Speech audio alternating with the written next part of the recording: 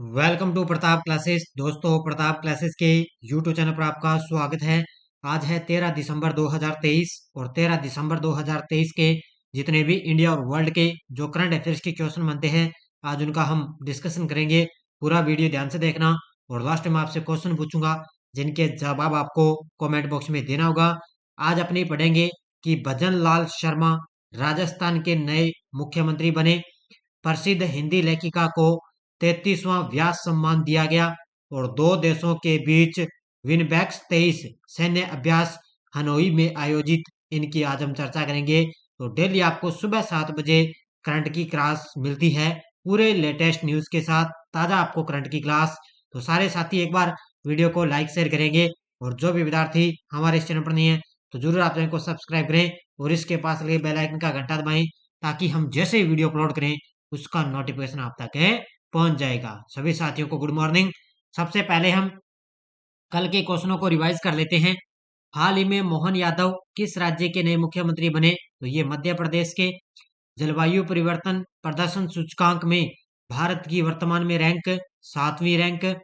किस भारतीय नौसेना जहाज ने 9 दिसंबर 2023 को केन्या के पोर्ट लामू में ऐतिहासिक आगमन किया? वो है INS सुमेधा। इंजीनियरिंग स्नातक दामोदर राजन सिम्हा को किस राज्य का स्वास्थ्य मंत्री नियुक्त किया गया? तो ये बने हैं तेलंगाना राज्य के। भारतीय सेना ने आसियान महिला शांति रक्षकों हेतु टेबल टॉप अभ्यास का आयोजन किस शहर में किया? नई दिल्ली में। किस भारतीय कार्यकर्ता को अमेरिकी सरकार द्वारा 2023 के लिए अंतर्राष्ट्रीय भ्रष्टाचार विरोधी चैंपियन के रूप में सम्मानित किया गया? वो है निखिल डे। किसने पीएम मोदी पर आधारित पुस्तक नए भारत का सामवेद का विमोचन किया? पूर्व राष्ट्रपति रामनाथ कोविंद ने। भारत स्टार्टअप फंडिंग 2023 में सबसे अधिक वित्त पोषित भौगोलिक क्षेत्रों में वैश्विक रैंकिंग में कौन से स्थान पर है? तो इसके अंदर भारत का चौथा स्थान है। ये थे कल के क्वेश्चनों का रिवाइज हमने कर दिया और ये रोज शाम आपको ये जो मैं आपको यहाँ पे रिवीजन करवाता हूँ ये आपको टेलीग्राम पर भी मिल जाते हैं। तो स्टार्ट करें एक बार। सभी साथी जितने भी साथ अभी लाइव जुड़े हुए हैं सारे साथी एक बार वीडियो को लाइक शेयर करेंगे। इसके अलावा आपको प्रताप क्लासेज ऐप के अंदर NCERT बुक की टेस्ट सीरीज, जनरल साइंस की पूरे साल की, इंडिया वर्ल्ड की, राजस्थान पुलिस, इसके अलावा सूचना सहायक की भी टेस्ट सीरीज चल रही है। आज आपको शाम को 4 बजे सूचना सहायक की 6 नंबर की सीरीज आपको मिलेगी। तो आज शाम 4 बजे आप तैयार रहना। आज की क्लास का पहला क्वेश्चन देखो आपके सामने। हाल ही में भजन लाल शर्मा राजस्थान के नए मुख्यमंत्री बने हैं। इनका संबंध किस जिले से है? तो आपको पता है राजस्थान के एक नया चेहरा, एक नया उम्मीद, नया एक व्यक्ति, नया CM आपके सामने आ चुका है और उनका नाम है भजन लाल शर्मा और ये राजस्थान के नए CM बने हैं। और आपको पता है इस इन्होंने किसी की मान लो किसी की उम्मीद नहीं थी भी ये CM बन जाएंगे। एक नया व्यक्ति देखो राजस्थान का एक नया CM बना है, पहली बार है और इनका संबंध है राजस्थान के भरतपुर जिले से। भरतपुर के ये रहने वाले हैं भजन लाल शर्मा और ये राजस्थान के नए CM बन चुके हैं। देखो मुख्य तथ्य है राजस्थान में विधायक दल की बैठक में नए मुख्यमंत्री के नाम पर मोहर लगा दी गई। भजन लाल शर्मा को नया मुख्यमंत्री घोषित कर दिया गया। खास बात यह है कि 2023 में हुए विधानसभा चुनाव में वह पहली बार विधायक बने हैं। ये बहुत लाइन आपके लिए खास है क्योंकि देखो ये 2023 के अंदर पहली बार विधानसभा चुनाव में पहली बार ये विधायक बने हैं। भजन लाल शर्मा ने कांग्रेस के पुष्पेंद्र भारद्वाज को 48,081 वोटों से शिकस्त दी थी। इन्होंने अपने जो सांगानेर से विधायक चुने गए थे भजन लाल शर्मा और उन्होंने कांग्रेस के पुष्पेंद्र भारद्वाज को शिकस्त दी थी। ये भरतपुर से ताल्लुक रखने वाले 56 वर्षीय भजनलाल शर्मा ब्राह्मण समाज से आते हैं। दिया कुमारी और प्रेमचंद बेरवा ये राजस्थान को डिप्टी CM इनको बनाया गया और वहीं वासुदेव देवनानी राजस्थान के नए स्पीकर बने हैं। इनकी राजस्थान के विधानसभा अध्यक्ष बन गए वासुदेव देवनानी और दिया कुमारी और प्रेमचंद बेरवा ये बन चुके हैं राजस्थान के उप मुख्यमंत्री ये बन चुके हैं। बाकी आपको डिटेल नाना क्लासेस पर आपको डिटेल आपको पूरी मिल जाएगी इसकी। हाल ही में किस प्रसिद्ध हिंदी लेखिका को 33वां व्यास सम्मान दिया गया है? हाल ही में किस प्रसिद्ध हिंदी लेखिका को 33वां व्यास सम्मान मिला और ये मिल चुका है किसको? ये मिला है पुष्पा भारती को। ऑप्शन नंबर सी, किसको मिला है? पुष्पा भारती को। आप ध्यान रखना, 33वां व्यास सम्मान मिल गया पुष्पा भारती को। अगर आपसे पूछे 32वां किसको मिला, तो ज्ञान चतुर्वेदी को। ऑप्शन नंबर बी है ना, जो ये इनको मिला 32वां। अगर आपसे पूछे 31वां, तो ये मिला असगर वजाहत को 31वां मिला, ज्ञान चतुर्वेदी को 32वां, और अब 33वां व्यास सम्मान मिला है पुष्पा भारती को मिला। ये तस्वीर में आप देख सकते हो, ये है पुष्पा भारती। देखो, प्रख्यात लेखिका पुष्पा भारती को उनके संस्मरण यादें यादें और यादें, ये इनकी पुस्तक है, के लिए 2023 का व्यास सम्मान देने की घोषणा की गई है। यादें यादें और यादें, तो इनका ये पुस्तक लिखी थी। के बिरला फाउंडेशन द्वारा दिए जाने वाले इस सम्मान में 4 लाख रुपए की पुरस्कार राशि के साथ प्रशस्ति पत्र और स्मृति चिन्ह भेंट किया जाता है। और उनकी यह किताब 2016 के अंदर प्रकाशित हुई थी, तो 2016 में इनको प्रकाशित हुई। इनको 33वां व्यास सम्मान दिया गया पुष्पा भारती को। अगला क्वेश्चन, किन दो देशों के बीच विनबैक्स 2023 सैन्य अभ्यास हनोई में 11 से 21 दिसंबर तक आयोजित किया जा रहा है? तो वर्तमान में इसका आयोजन हो रहा है, तो दो देशों के बीच है, भारत और वियतनाम के बीच। ऑप्शन नंबर ए, किसके बीच है? भारत और वियतनाम के बीच विनबैक्स 2023 अभ्यास है। और हनोई के अंदर, हनोई कहां पर है? ये वियतनाम की राजधानी है हनोई, वहां पर है। 11 से 21 दिसंबर तक ये अभ्यास है आयोजित किया जा रहा है। देखो, भारत और वियतनाम देशों के दोनों सेनाओं के बीच विनबैक्स 23 सैन्य अभ्यास हनोई में 11 से 21 अगस्त तक आयोजित किया जा रहा है। दोनों मित्र सेनाओं के बीच में रक्षा सहयोग को मजबूत करेगा। जो ये अभ्यास कर रहे हैं, ये क्या दोनों देशों के बीच, मित्र सेनाओं के बीच में एक रक्षा सहयोग को मजबूत करेगा। इस बढ़ते रणनीतिक संबंधों को देखते हुए भारत ने जुलाई के अंदर वियतनाम को अपनी in service missile corvette INS कृपाण उपहार में दी थी। ये क्वेश्चन मैंने आपको करवाया था कि भारत ने क्या जुलाई के अंदर वियतनाम को एक मिसाइल है INS कृपाण है, ये इसको उपहार में भेंट दी थी। इस अभ्यास में भारतीय दल में 45 जवान शामिल है। इनमें से 39 बंगाल इंजीनियरिंग ग्रुप के इंजीनियरिंग रेजिमेंट से हैं और 6 आर्मी मेडिकल कोर से हैं। तो ये आपको याद रखना है, भारत और वियतनाम के बीच। भारतीय नौसेना ने किस शहर में द्विवार्षिक प्रस्थान अभ्यास का आयोजन किया है? भारतीय नौसेना ने किस शहर में द्विवार्षिक प्रस्थान, इस अभ्यास का नाम है प्रस्थान है, और इस अभ्यास का आयोजन किया है मुंबई के तट पर। कहां पर किया है? ये देखो, मुंबई के तट पर इन्होंने अभ्यास किया है। किसने? भारतीय नौसेना ने। भारतीय नौसेना ने रक्षा, राज्य और नागरिक एजेंसियों के साथ काम करते हुए तैयारियों और समन्वय को बढ़ाते हुए मुंबई के पास अपतटीय विकास क्षेत्रों में 2 चरणों वाला प्रस्थान अभ्यास है पूरा किया है। तो ये प्रस्थान जो अभ्यास है, ये 2 चरणों में इन्होंने पूरा किया। इसका उद्देश्य ये है कि तेल उत्पादन प्लेटफॉर्मों में आकस्मिकताओं को संबोधित करने के लिए उपायों और प्रक्रियाओं को मान्य और प्रसिद्ध करना इसका मुख्य अभ्यास का उद्देश्य है। हाल ही में किस देश ने विश्व के पहले चौथी पीढ़ी के सिदाओबे परमाणु रिएक्टर का अनावरण किया है? और ये किया है चीन देश ने। ये तस्वीर में आप देख सकते हो, चीन ने क्या है, विश्व के पहले ये चौथी पीढ़ी का एक परमाणु रिएक्टर, इसका अनावरण किया है चीन देश ने। कौन सा है? ये चौथी पीढ़ी के सिदाओबे परमाणु रिएक्टर का अनावरण किया। किसने? चीन देश ने। देखो, चीन के पूर्वी शेडोंग प्रांत में सिदाओबे परमाणु ऊर्जा संयंत्र ने वाणिज्यिक परिचालन शुरू कर दिया, जो अगली पीढ़ी के गैस कूल्ड परमाणु रिएक्टरों के युग की शुरुआत का प्रतीक है।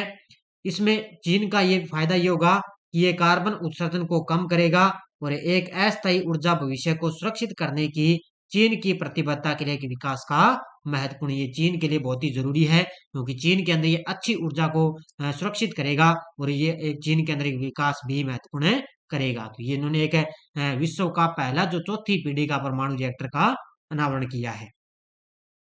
किस भारतीय वैज्ञानिक को 2 पुरस्कारों, एक तो है कर्मवीर चक्र पदक और एक है रेक्स कर्मवीर ग्लोबल फेलोशिप से सम्मानित किया गया? तो एक भारतीय वैज्ञानिक है जिनका नाम है डॉक्टर हेमचंद्रन रवि कुमार। ये देखो तस्वीर में, ये है डॉक्टर हेमचंद्रन रवि कुमार, भारतीय वैज्ञानिक। इनको क्या 2 पुरस्कारों से सम्मानित किया गया, एक है कर्मवीर चक्र पदक और एक है रेक्स कर्मवीर ग्लोबल फेलोशिप से इनको सम्मान दिया गया है। देखो, 27 नवंबर 2023 को नई दिल्ली में डॉक्टर हेमचंद्र रवि कुमार को भौतिक और अनुसंधान और एवं विकास और जैव विज्ञान विज्ञान सूक्ष्म जैविक अध्ययन में उनके असाधारण योगदान के लिए संयुक्त राष्ट्र के सहयोग से ICONGO द्वारा कर्मवीर चक्र पदक और रेक्स कर्मवीर ग्लोबल फेलोशिप से इनको सम्मान दिया गया। इसी के साथ डॉक्टर रवि कुमार को यूनाइटेड किंगडम की विज्ञान परिषद से होमो सेपियंस में कोशिकाओं की समृद्धि गतिविधियों के अध्ययन के लिए भी पुरस्कार मिला है। तो ये भी उनको ये पुरस्कार दिया जा चुका है। हाल ही में किस बैंक ने महिलाओं के लिए नारी शक्ति बचत खाता लॉन्च किया है? किस बैंक ने महिलाओं के लिए नारी शक्ति बचत खाता लॉन्च किया? और ये लॉन्च किया है बैंक ऑफ इंडिया ने। ऑप्शन नंबर सी किसने किया है? बैंक ऑफ इंडिया के द्वारा महिलाओं के लिए नारी शक्ति बचत खाता लॉन्च किया है। देखो, इसमें महिलाओं के वित्तीय सशक्तिकरण की दिशा में एक महत्वपूर्ण कदम में बैंक ऑफ इंडिया ने नारी शक्ति बचत खाता पेश किया। यह बचत बैंक उत्पाद विशेष रूप से 18 वर्ष और इससे अधिक आयु की महिलाओं की आवश्यकताओं को पूरा करने के लिए इसको लॉन्च किया गया। इनके 18 वर्ष और जो इससे अधिक की जो महिलाएं हैं उनको आवश्यकताओं को पूरा करने के लिए इसको लॉन्च किया है। हाल ही में 91वीं इंटरपोल महासभा का आयोजन किस शहर में हुआ है? तो 91वीं इंटरपोल महासभा का आयोजन किस शहर में हुआ? ये हुआ है, ध्यान रखना, वियन्ना ऑस्ट्रिया में। अभी इतना याद रखना है। तो अब की बार इसका मेजबान देश कौन सा था? ऑस्ट्रिया वियन्ना। अब की बार 91वीं इंटरपोल महासभा का आयोजन हुआ है। देखो, वियन्ना ऑस्ट्रिया में 91वीं इंटरपोल महासभा का आयोजन हुआ। भारत से केंद्रीय अन्वेषण ब्यूरो और राष्ट्रीय जांच एजेंसी ने इसके अंदर हिस्सा लिया है। तो याद रखना, 91वीं इंटरपोल महासभा का आयोजन कहां पर हुआ है? वियन्ना ऑस्ट्रिया के अंदर। अभिनेता कबीर बेदी को किस देश का सर्वोच्च सम्मान द ऑर्डर ऑफ मेरिट से सम्मानित किया गया? अभिनेता हैं कबीर बेदी। ये देखो तस्वीर में, ये अभिनेता हैं कबीर बेदी और इनको क्या है? इटली का सर्वोच्च सम्मान है द ऑर्डर ऑफ मेरिट से सम्मानित किया गया। किस देश का मिला है? इटली का ये सर्वोच्च सम्मान इनको दिया गया। किसको? अभिनेता कबीर बेदी को। देखो, अभिनेता कबीर बेदी को इटली के सर्वोच्च सम्मानों में से एक ऑर्डर ऑफ मेरिट से इनको सम्मानित किया गया। कबीर बेदी सिर्फ हिंदी सिनेमा में नहीं बल्कि दुनिया भर में अपने अभिनय का जलवा बिखेर चुके हैं। कबीर इटली में भी काफी मशहूर हुए हैं। तो ये इटली में काफी मशहूर थे और अभी भी इटली का इनको सर्वोच्च सम्मान मिला है। हाल ही में डोनाल्ड टस्क किस देश के अगले प्रधानमंत्री बने हैं? हाल ही में डोनाल्ड टस्क किस देश के अगले प्रधानमंत्री बने? ये बन चुके हैं पोलैंड की। ध्यान रखना, ये तस्वीर में आप देख सकते हो, ये देखो, ये है डोनाल्ड टस्क है और ये पोलैंड के अगले प्रधानमंत्री बन चुके हैं। डोनाल्ड टस्क पोलैंड के अगले प्रधानमंत्री बन गए। पोलैंड के निवर्तमान प्रधानमंत्री हैं मास्टुचम मोरावियस्की। संसद के निचले सदन में 266 से 190 से विश्वास मत से हार गए। इसमें राष्ट्रवादी कानून और न्याय पार्टी का सत्ता में 8 साल का कार्यकाल समाप्त हो चुका है। तो ये 8 साल के अंदर ये यहाँ पर प्रधानमंत्री थे, लेकिन अब ये इसके अंदर हार चुके हैं और अब आगे नए प्रधानमंत्री बन गए। डोनाल्ड टस्क पोलैंड के अगले प्रधानमंत्री बने हैं। आईसीसी ने नवंबर 2023 के लिए पुरुष और महिला player of the month award किसे प्रदान किया गया? तो आपको सभी को पता है, हर मंथ आईसीसी अवार्ड देता है 2 खिलाड़ियों को। तो पुरुषों के अंदर दिया गया ट्रेविस हेड को। ये देखो तस्वीरें, ये ऑस्ट्रेलिया के खिलाड़ी हैं और महिला है बांग्लादेश की खिलाड़ी नाहिदा अख्तर। इनको क्या है? Player of the month award दिया। इसका उत्तर हो जाएगा ए व बी दोनों। ये देखो, ये है ट्रेविस हेड और ये तस्वीर में है Nahida Akhtar. Men's player of the month का अवार्ड वर्ल्ड कप फाइनल में शतक ठोकने वाले ट्रेविस हेड को दिया गया। तो अब की बार ऑस्ट्रेलिया 6ठी बार वर्ल्ड कप खिताब जीता था और बांग्लादेश की स्पिनर नाहिदा अख्तर को ICC women's player of the month award से नवाजा गया और दोनों ही खिलाड़ियों को पहली बार आईसीसी का ये प्रतिष्ठित अवार्ड मिला है कि ये दोनों ही खिलाड़ी ना, पुरुष व महिला, इनको पहली बार ये अवार्ड मिल चुका है। हाल ही में सार्वभौमिक स्वास्थ्य कवरेज दिवस 2023 कब बनाया गया? ये बनाया गया, याद रखना, बस 12 दिसंबर को। कब है? 12 दिसंबर के दिन सार्वभौमिक स्वास्थ्य कवरेज दिवस बनाते हैं। देखो थोड़ी सी detail, universal health coverage UHC दिवस जो प्रत्येक 12 दिसंबर को मनाया जाता है। इसमें स्वास्थ्य देखभाल प्रणाली की आवश्यकता की वैश्विक अनुमानता के रूप में ये कार्य करता है। इसकी थीम याद रखना, health for all time for action. क्या रही है? Health for all time for action इसकी थीम रही। और विश्व स्वास्थ्य संगठन की स्थापना 7 अप्रैल 1948। और विश्व स्वास्थ्य संगठन के प्रमुख कौन है? टेड्रोस एडोनोम गेब्रेसस, ये वर्तमान में इसके अध्यक्ष हैं। तो ये याद रखना है, 12 दिसंबर को क्या बना देते हैं? यूनिवर्सल हेल्थ कवरेज बनाते हैं। यह टेलीग्राम ग्रुप है। शाम को अगर कोई क्लास आती है, कोई सूचना आती है, तो इसकी सूचना आपको टेलीग्राम पर मिलती है। लगभग 12,000 प्लस हमारे साथ विद्यार्थी जुड़े हुए हैं इस टेलीग्राम ग्रुप पर। और जो आपको यस्टरडे रिवीजन मिलता है वो आपको शाम को टेलीग्राम पर भी मिल जाता है। पीडीएफ वगैरह है, कोई सूचना मिलती है, सब आपको टेलीग्राम पर मिल जाता है। पिछले वीडियो क्वेश्चन क्या था? नई दिल्ली में राष्ट्रपति द्रौपदी मुर्मू द्वारा सर्वश्रेष्ठ व्यक्ति दिव्यांगों के सशक्तिकरण के लिए राष्ट्रीय पुरस्कार से किसे सम्मानित किया गया? तो ये प्रशांत अग्रवाल को। बहुत सारे विद्यार्थियों ने बड़े शानदार तरीके से जवाब दिए थे। और जिनका सीटी के अंदर यानी कि राजस्थान पुलिस फिजिकल के लिए जिन साथियों का क्लियर हुआ है, उन सभी को हार्दिक शुभकामनाएं। बस आप आगे बढ़िया तरीके से अपनी फिजिकल की आप बढ़िया तरीके से तैयारी करें और आगे जो है करंट की क्लास आप निरंतर देखें, ताकि आपका जो है राजस्थान पुलिस का जो लक्ष्य है वो आपको मिल जाए।